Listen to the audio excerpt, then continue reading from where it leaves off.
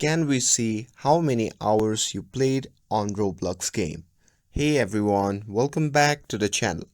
So a lot of you guys were asking that how you can view how many hours you have played on Roblox game.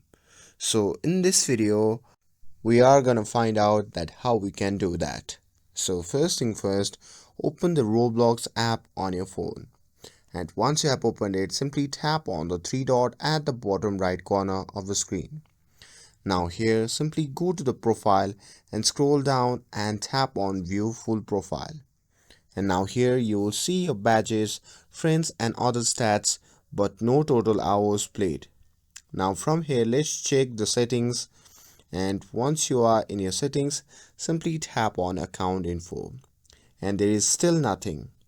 So as of 2025, Roblox doesn't show exact playtime on mobile or desktop. So the answer is no. We can't see how many hours we have played, at least not yet.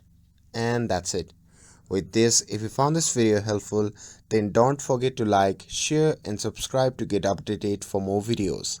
Thanks for watching and I'll see you in the next video.